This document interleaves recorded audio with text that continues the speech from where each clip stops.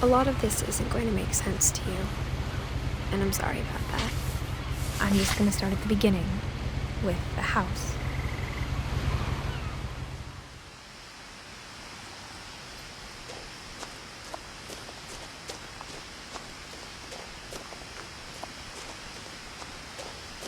I lived here until I was 11, but I wasn't allowed inside half the rooms.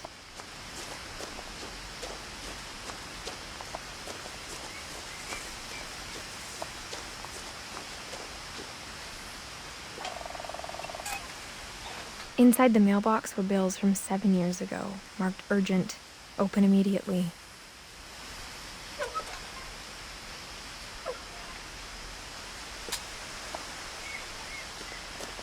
I hadn't been back since my brother Lewis's funeral.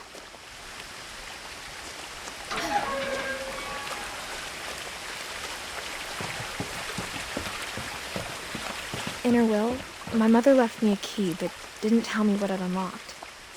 Maybe she thought I'd know, or she thought that the mystery would be enough to bring me back.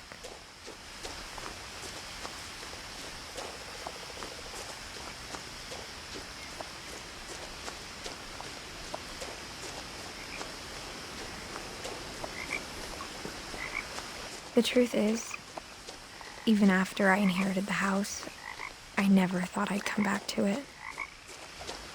But now I had questions about my family that only the house knew the answers to. The woods around the house have always been uncomfortably silent, as if they're about to say something but never do.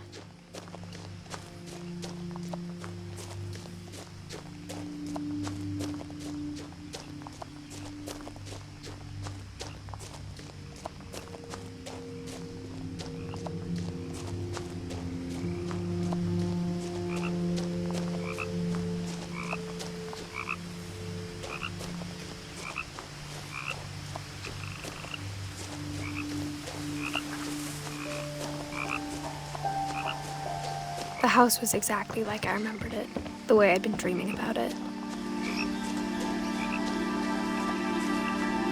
As a child, the house made me uncomfortable in a way I couldn't put into words. Now, as a 17-year-old, I knew exactly what those words were. I was afraid of the house.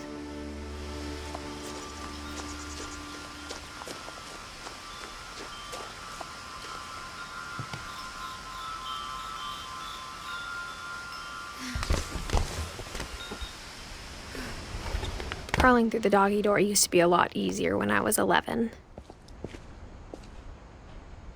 The power had been turned off the night we left.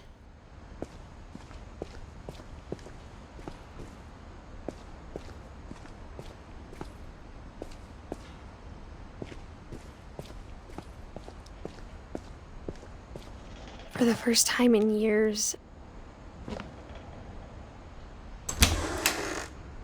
I felt like I was home.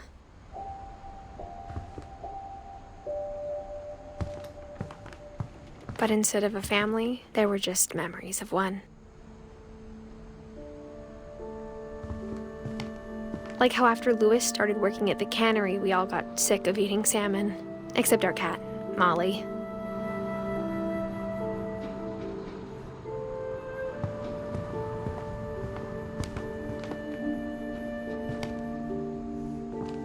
Nothing in the house looked abnormal. There was just too much of it, like a smile with too many teeth.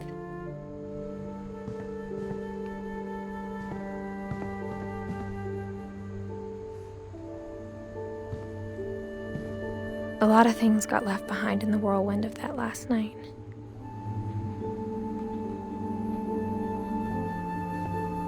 My mom wasn't much of an optimist, but she never stopped believing that my brother Milton was alive.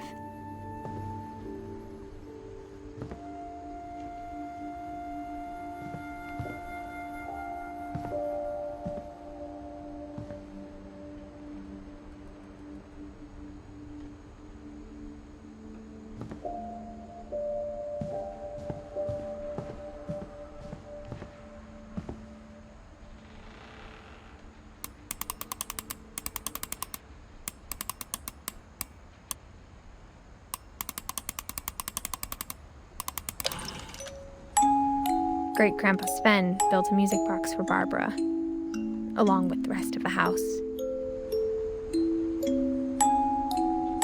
Mom always told me to stay out of the basement, so I wasn't too surprised when the key didn't fit.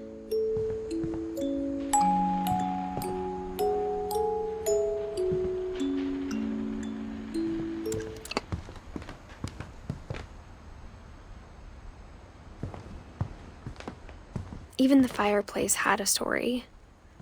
Edie told me the bricks came from the original house, after it sank.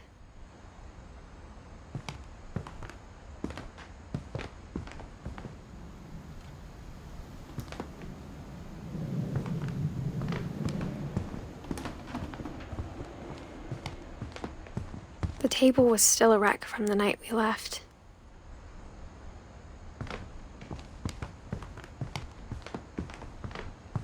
My mom was the only one of us who could imagine Great-Grandma Edie living in a nursing home.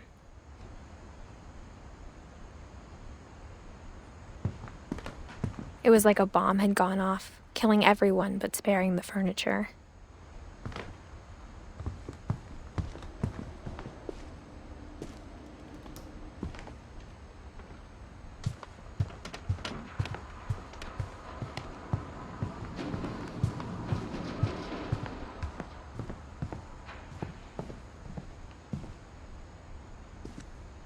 After Milton disappeared, Mom sealed up all the bedrooms. Then Edie retaliated and drilled peepholes.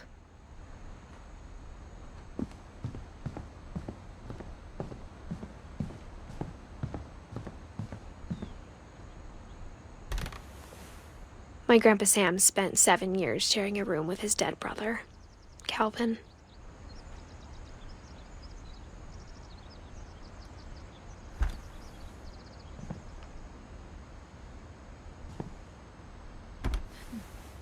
As a kid, I just assumed every house had peepholes and sealed rooms you weren't allowed inside of.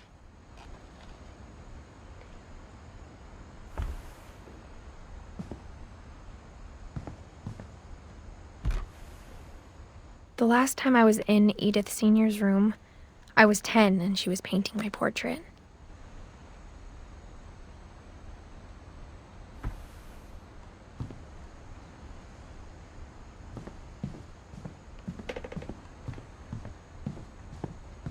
Whenever people ask me about my family, the first thing they always want to know about is Barbara.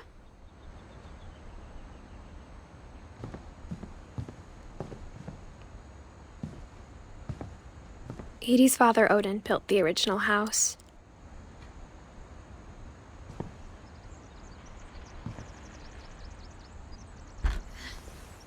Barbara was a child star for 2 years, until America grew out of it.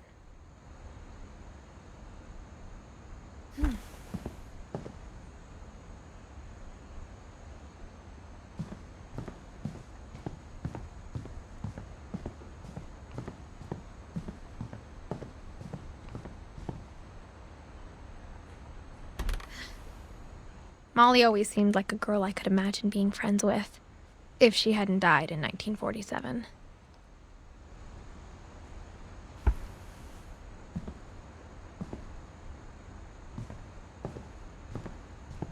I spent a lot of time playing in Great Uncle Walter's room. I think my mom sometimes regretted not sealing it up.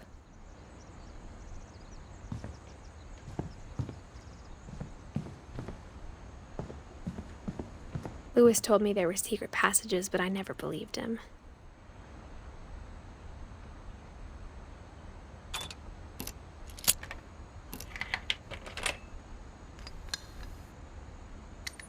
Turns out, my mom was really good at keeping secrets.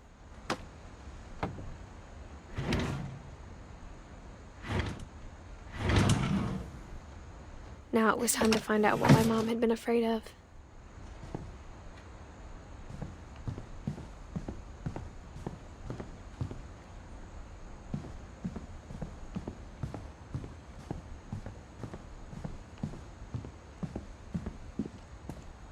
Mom must have locked the third floor stairs on the night we left.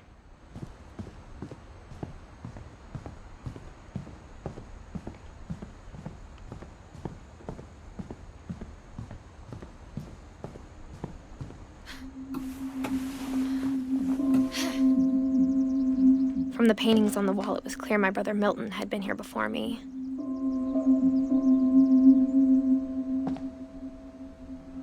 Reading this, maybe it sounds like I had a plan.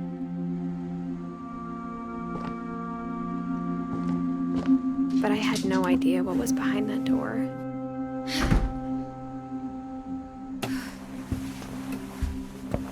Just like I had no idea where all this was gonna lead.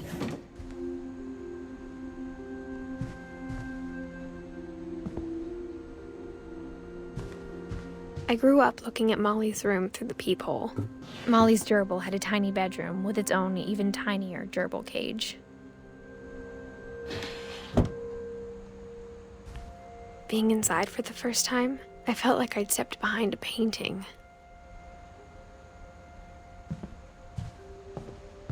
I got the sense Edie had spent a lot of time here, before my mom sealed the doors.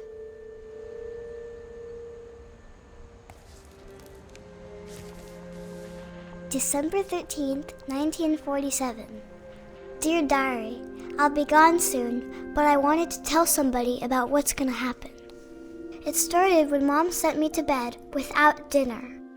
I woke up and I was starving, so I looked around for something to eat. The gerbil food was dry, but I didn't mind it.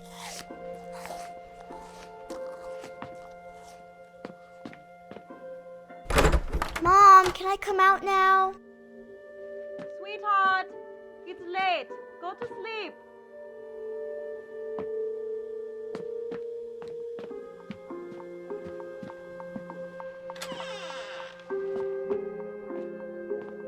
I kept eating and eating.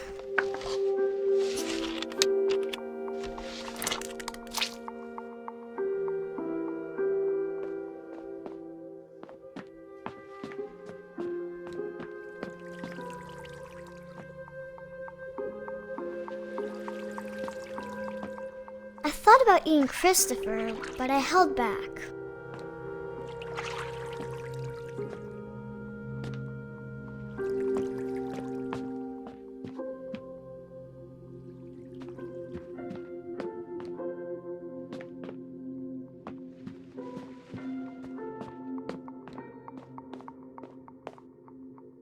I ate a lot of things that night.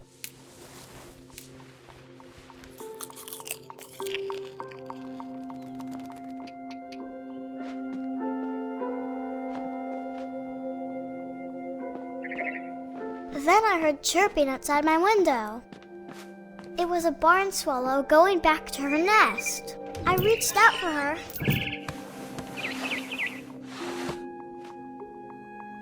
And suddenly,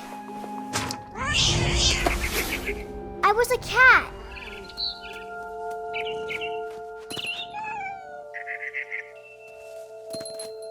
I tried to be quiet, but the bird was really scared.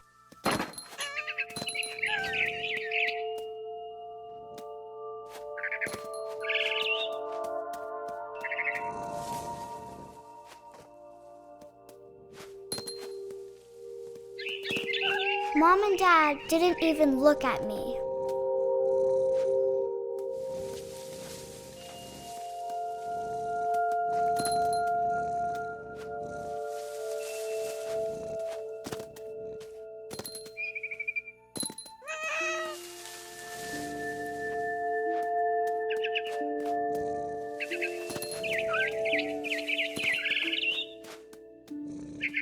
I jumped and I almost got her.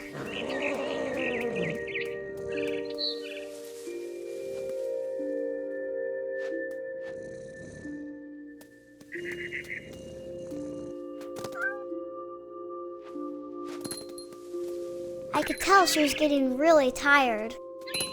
Now I was up in the big tree. I promised Dad I wouldn't climb it anymore. All I cared about was eating that mama bird. I gobbled her up. And suddenly, I was an owl. First, all I heard was the wind. Then I heard little teeth nibbling in the grass.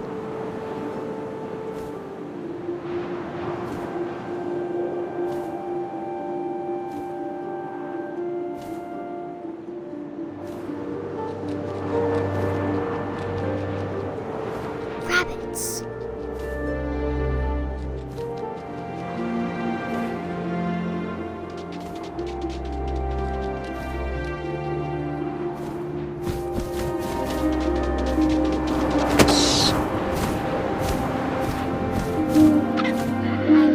His face looking up and seeing mine through my talons.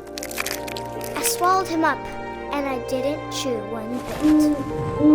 Then I flew off to find something bigger.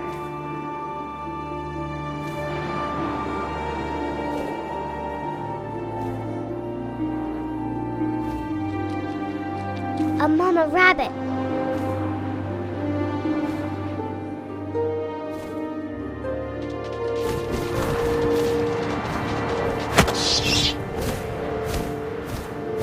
She was almost too big to carry. I started choking, but I couldn't stop eating. And suddenly, I was a shark.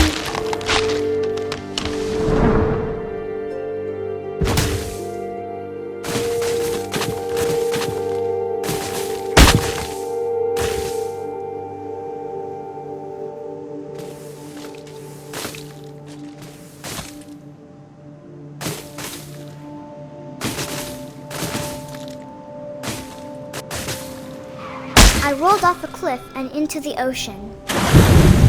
Now, I was hungrier than ever.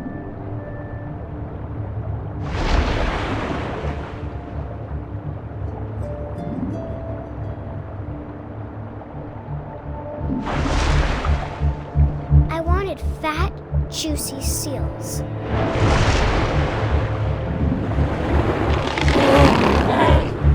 I tore off her flipper, and it tasted really good.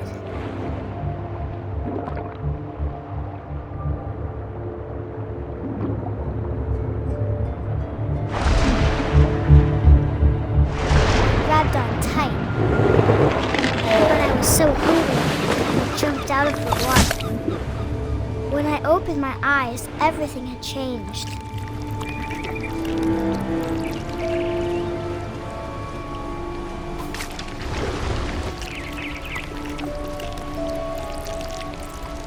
Now I was a monster, and I smelled people everywhere.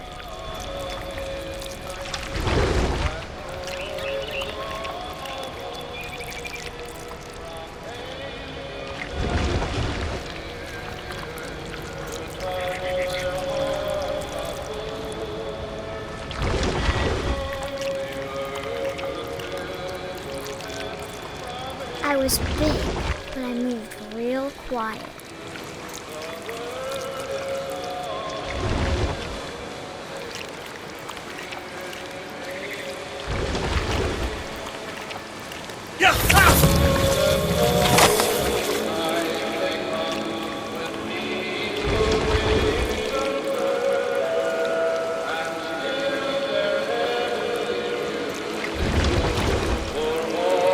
I wanted to stop, but also I didn't. Drunken sailor, what's doing drunken sailor? His belly was rusty, his belly was rusty.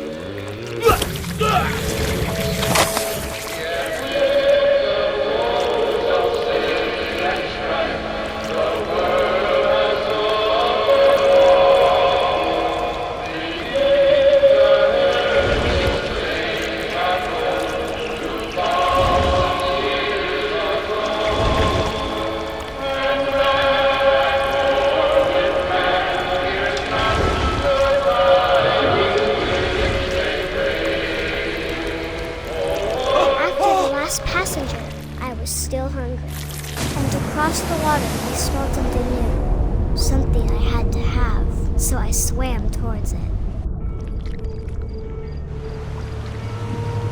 I slithered onto the sand, and the good smell went into an old pipe.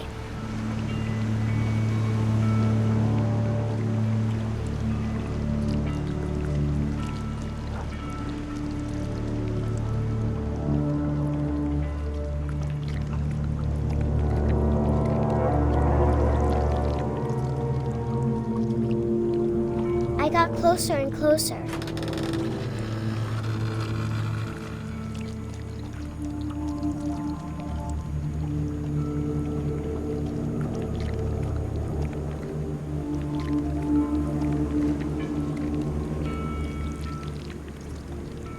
All of my stomach started growling. And suddenly, I was me again. I held my breath for a long time, but I couldn't hear anything. I think it's waiting for me to fall asleep. But it's not going to wait much longer. It needs to feed, and we both know I will be delicious.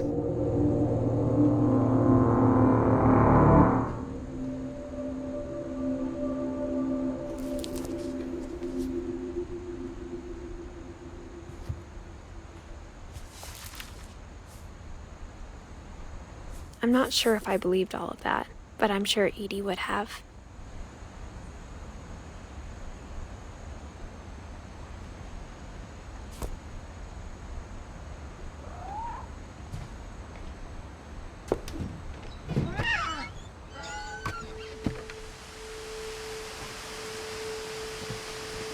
This will be obvious later, but my mom never told me any of these stories. Edie would have, but Mom didn't like bringing up the past. Though, when we adopted a stray kitten, she was the one who named it Molly.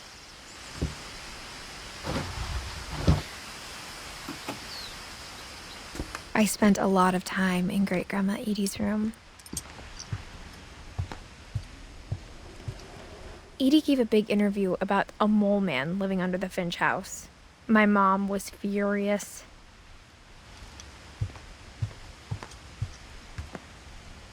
Louis died a week before we left, but Edie had already started to memorialize him.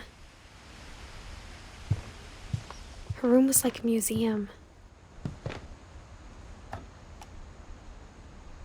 For 500 years, the Finches have been famous throughout Norway for their fortune and misfortune. Odin Finch buries the latest victims of the family curse, his wife Ingeborg and their newborn son, Johan. On January 7th, 1937, he set sail with his family and his house, hoping to leave the curse behind. But 40-foot waves off the coast of Washington send the house and Odin to the bottom of the sea. Odin's daughter Edie, with husband Sven and baby Molly, step ashore on their new home, Orcas Island. Odin Finch is the first to be buried in the new family cemetery. His daughter Edie is already dreaming of a new Finch house.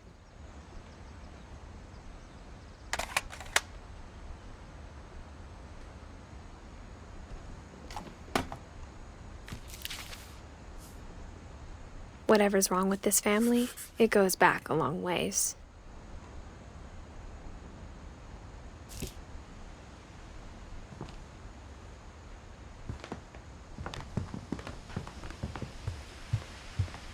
When Edie told people Sven was killed by a dragon, she could also have said he was building a dragon-shaped slide that collapsed. She could have, but she didn't. Even in her 90s, sometimes Edie seemed a lot younger than my mother.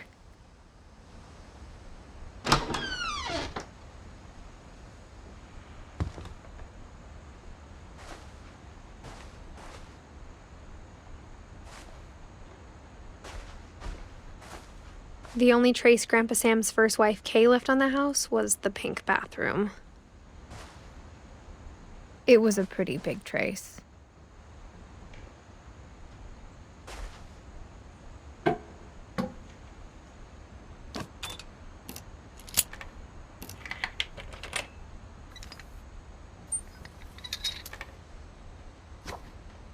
There's a secret in this bathroom. It's in the last place you would look. It isn't in the cupboard. It's hidden in this book.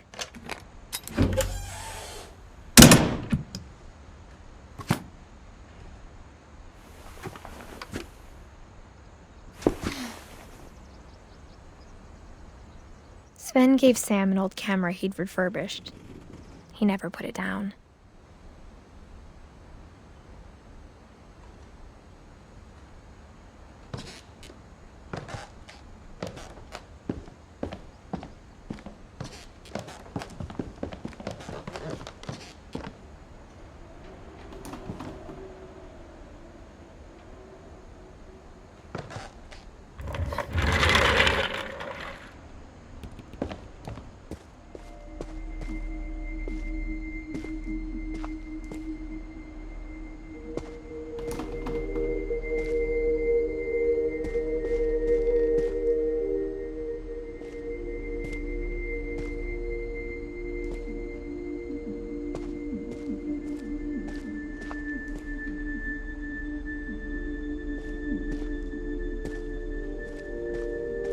I knew Grandpa Sam had a twin. And that he never talked about him.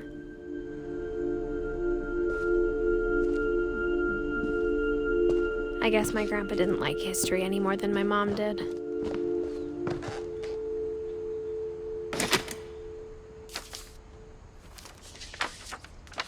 How I Want to Remember My Brother by Sam Finch. The thing I remember is that when he made up his mind, that was it. My brother said he'd die before he ate another mushroom, and he did.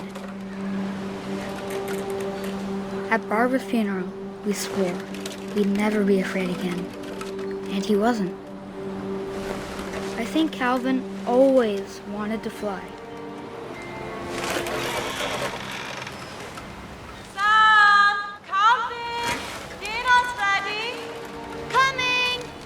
But that day, he finally made up his mind to do it. I told him going around was impossible.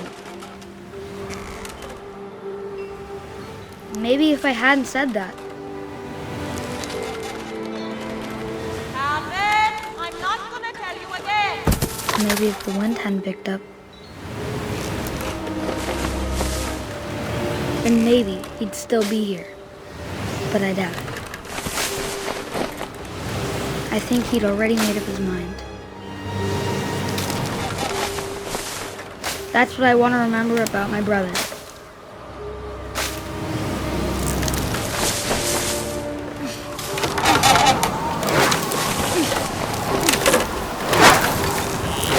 That's the day he made up his mind to fly. And he did.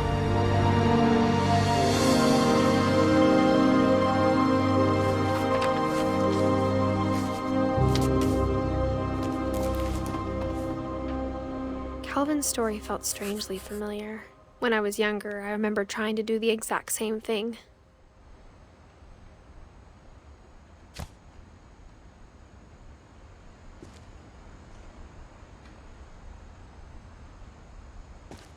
After the funeral, Edie roped off Calvin's half of the room.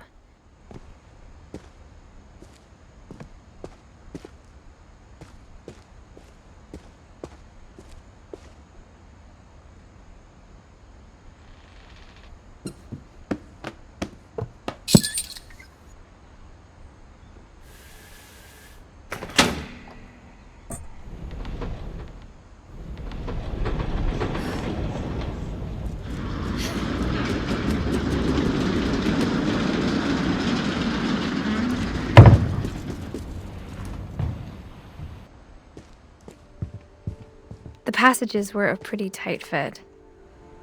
They'd obviously been built for smaller hands and bellies.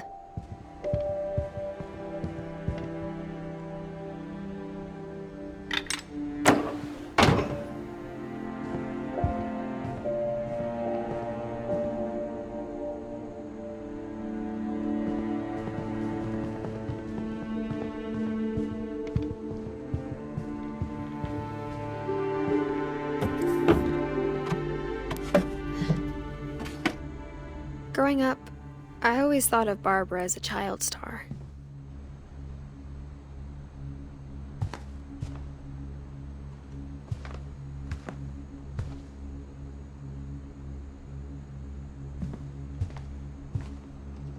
I never thought about how hard it must have been for her afterwards.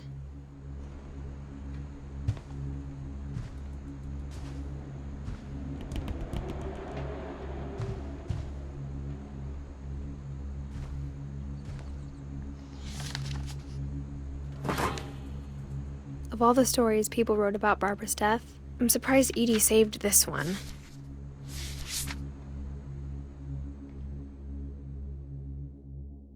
Old Jack here with another ghastly tale inspired by America's most unfortunate family.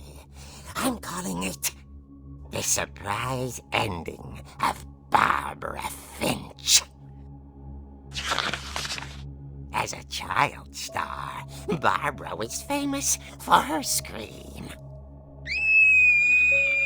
Now at 16, she was all washed up. A has-been. But in a lucky break, she'd been asked to perform her signature scream at a local convention for monster movie fans. It was just the boost her career needed. Unfortunately, her scream hadn't aged well. Getting better. I think you just need the right motivation.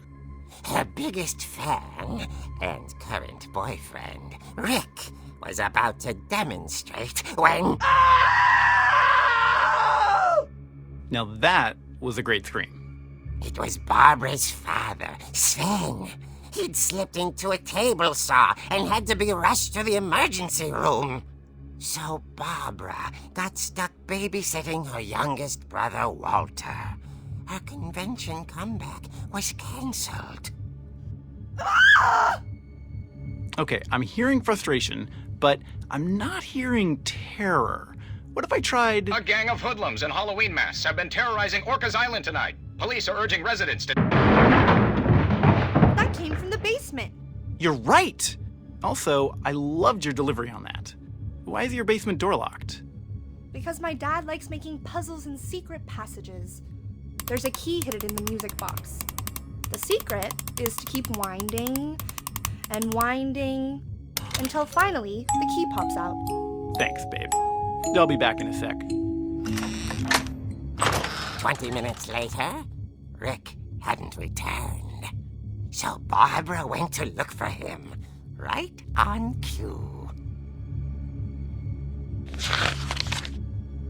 She reached for the music box.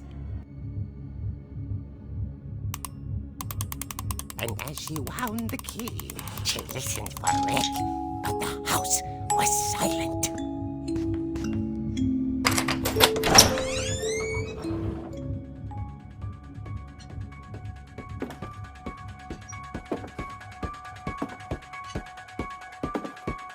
She found Rick's crutch and imagined the worst.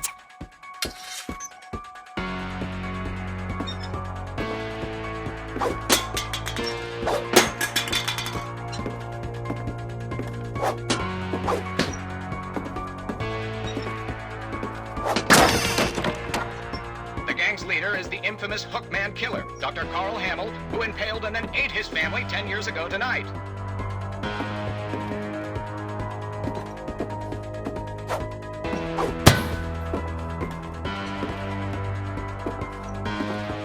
Old Finch rattled and grew still.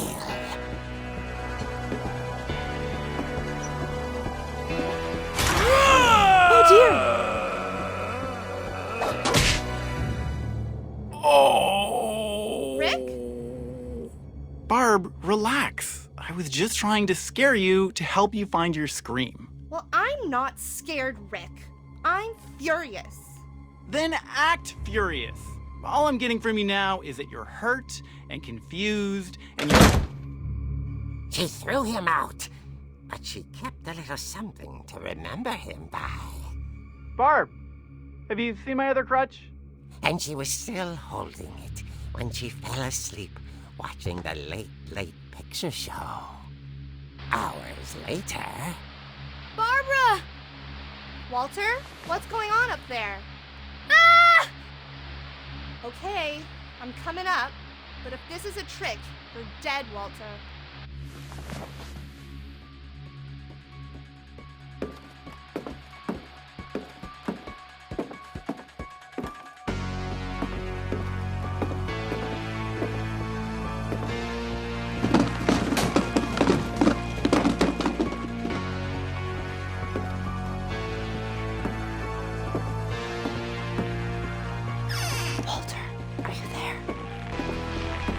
Walter had vanished, but his bedside radio was still on. Orcas Island police describe the man as 6 feet tall, with a steel hook for a hand. Residents are urged to lock all doors and windows and notify the police of any suspicious activity. Barbara turned, saw the hook man, and was speechless. He was quite smashing.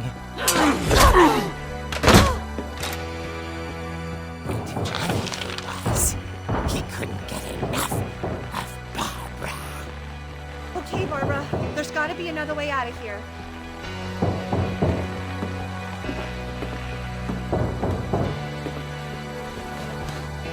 That night, she played her part beautifully.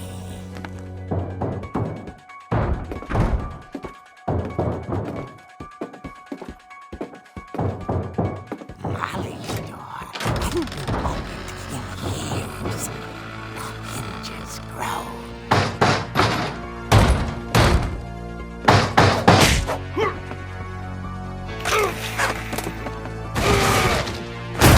He wasn't moving, but she sensed the story might not be over yet.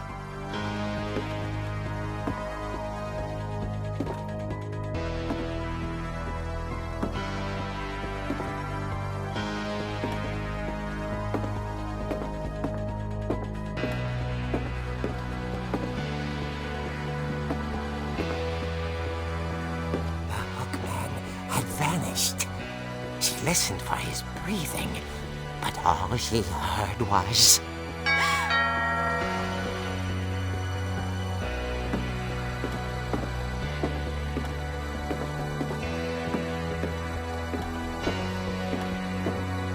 At the door, she heard whispering.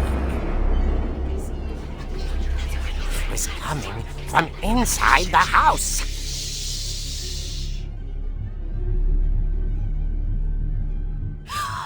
Oh dear.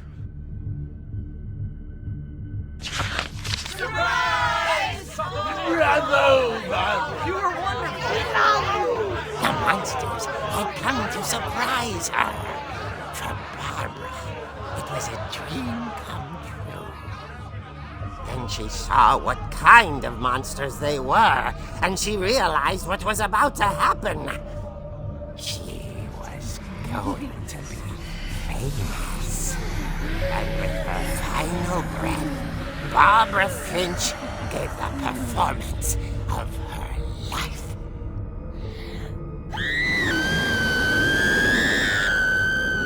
I wasn't there myself, but I hear Barbara was magnificent. Poor girl. She had a taste for stardom.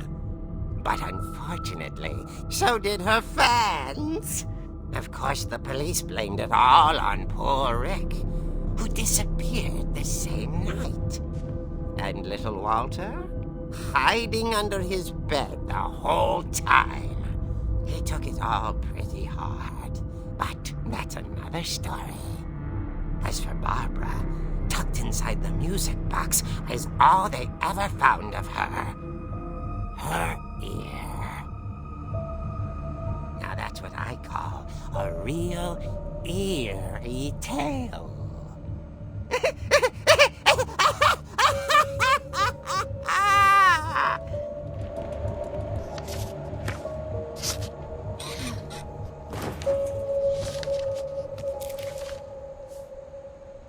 Edie told me all Barbara wanted was to be remembered, as absurd as that comic was. Maybe what Edie saw was a happy ending.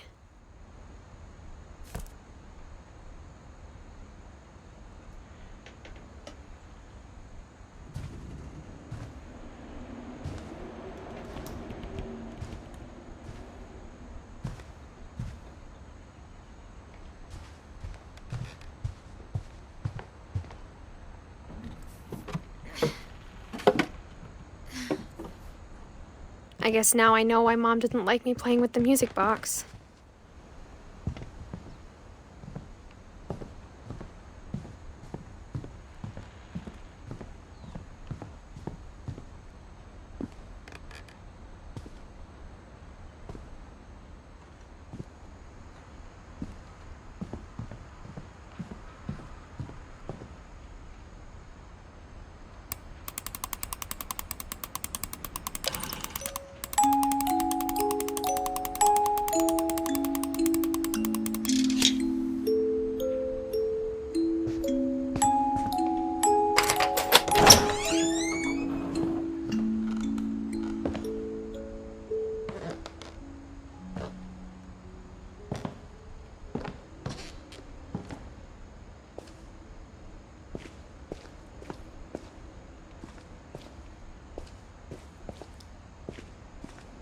Mom said the basement was off limits, unless I wanted another tetanus shot.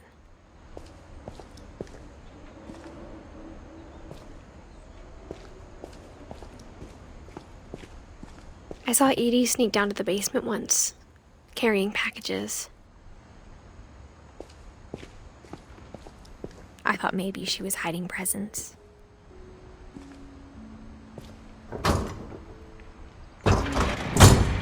It turned out she was hiding a lot more than that.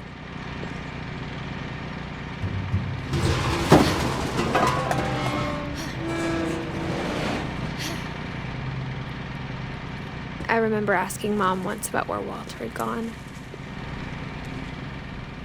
She said after Barbara died, he got as far away as he could. If there's a pattern in all these stories, I think it's that none of us has gotten very far.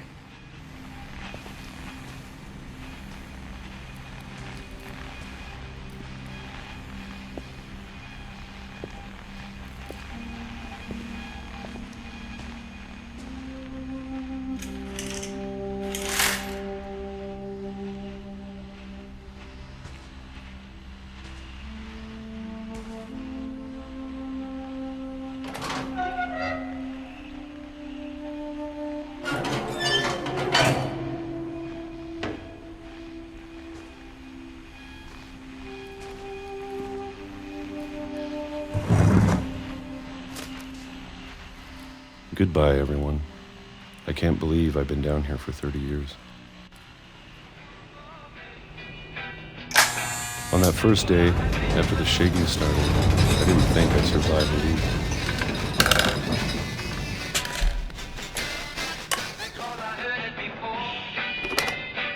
But after a few days, I settled into a routine. That's what kept me sane. Having a schedule, living for today. I always expected to be dead tomorrow. But if you wait long enough, you get used to anything.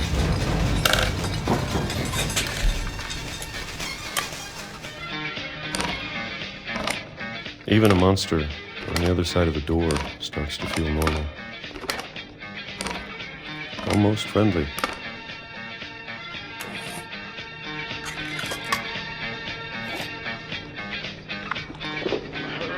And then one day, everything just stopped. Whatever that thing was, it was gone. Maybe it got tired of waiting. Or maybe I just got tired of being afraid.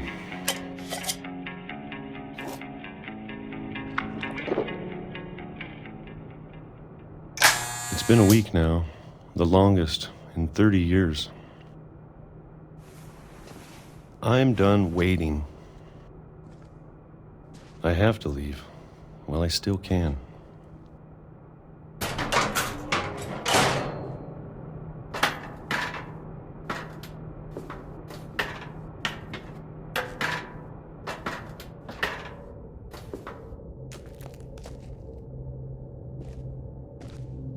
I know it's out there somewhere. Whatever killed Barbara and Molly and Calvin. Maybe this is all a mistake.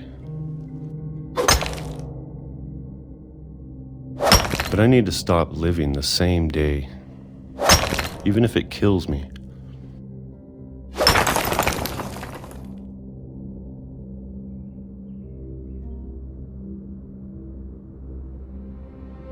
Whatever's out there, I want you to know I'm ready for it. I'm going to appreciate all of it, especially the food. I don't mind if I only have a year left. Or a month. Or a single week. I'd be happy with one new day. I can already imagine the sun on my face.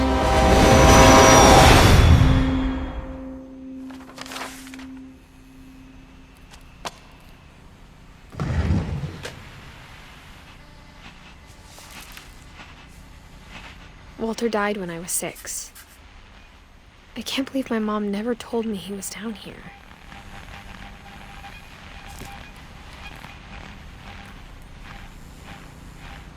I'm sure my mom was trying to protect me.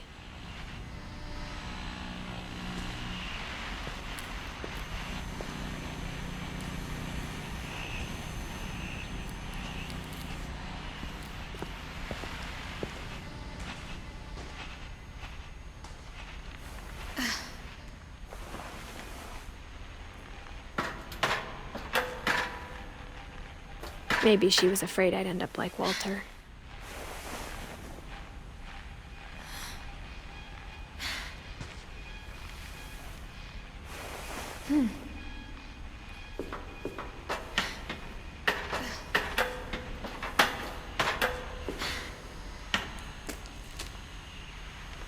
But if she never told me about an uncle under the house,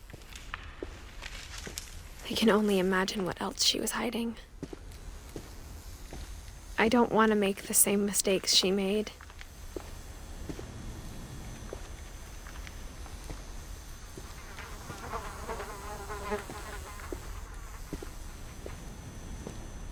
Trying to bury something that's still alive.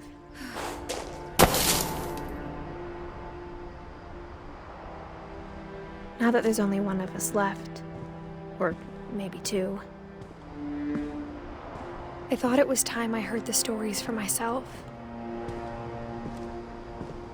and found out what happened to everyone else. But now I'm worried the stories themselves might be the problem. Maybe we believed so much in a family curse, we made it real.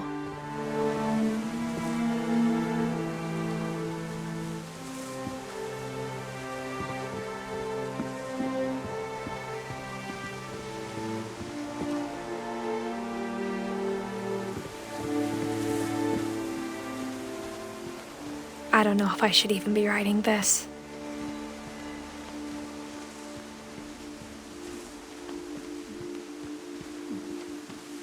Maybe it'd be better if all this just died with me.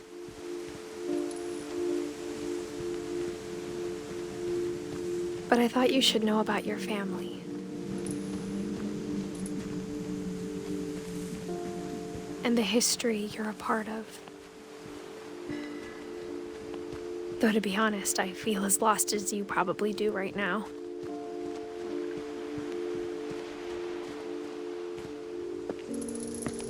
I think the people in these stories believed them, for what that's worth.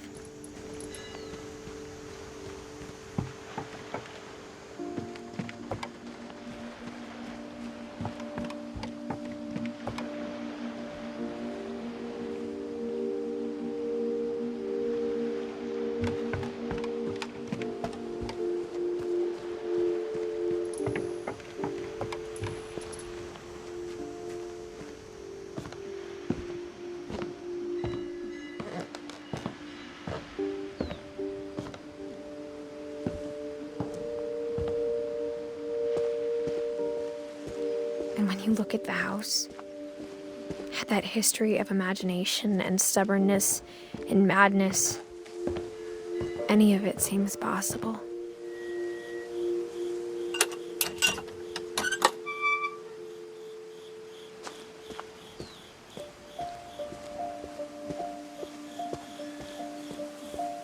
I think we've been surrounded by death for so long, we've just gotten used to it. What kind of family finishes building a cemetery before starting the house?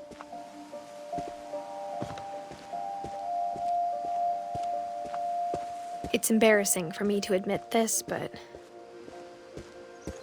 the pet cemetery made me more uncomfortable than the human one. 3 of the gerbils were mine, and 2 had been my fault.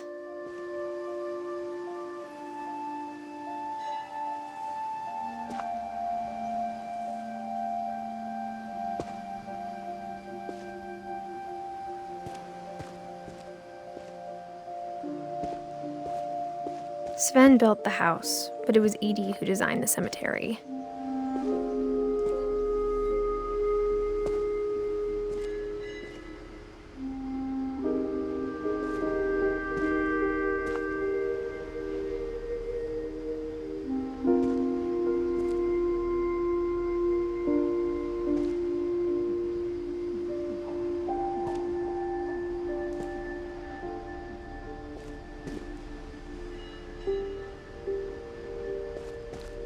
I'm sure Odin's monument had been Edie's idea.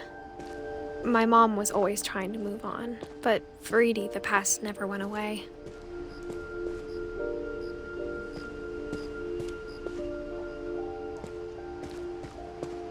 She could see it poking out of the water at low tide.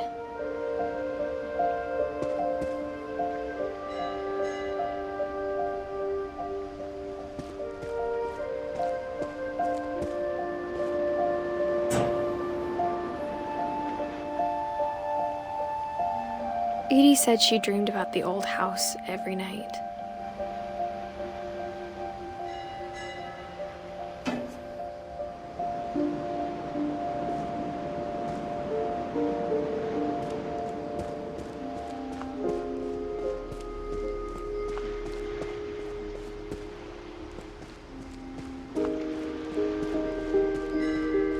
Edie's side was always easier for me to understand.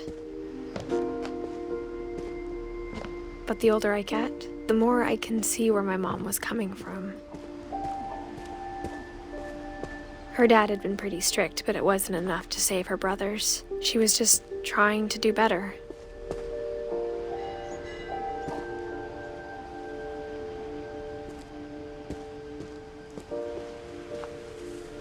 She lost 2 of her brothers, just like I did. I get why she tried so hard to protect us. We never found Milton's body, so my mom insisted we were putting up a monument, not a tombstone.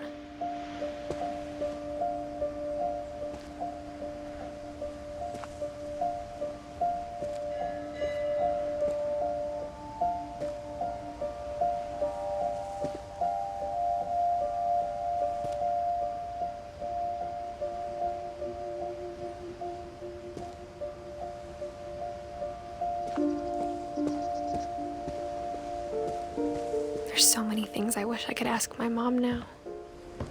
Part of me thinks this is what she wanted all along. For me to come back someday and find everything out for myself.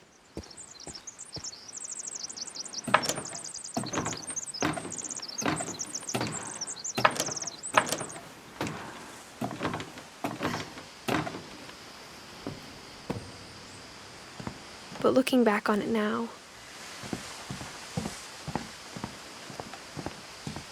if she told me there was going to be so much climbing, I never would have come when I was 22 weeks pregnant.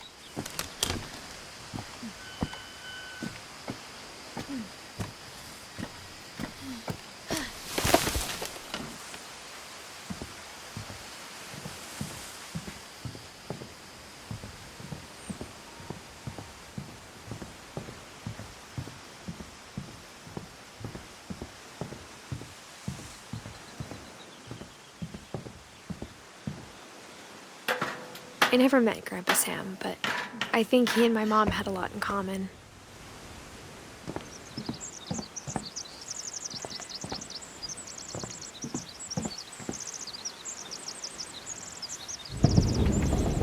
They were both pretty intense.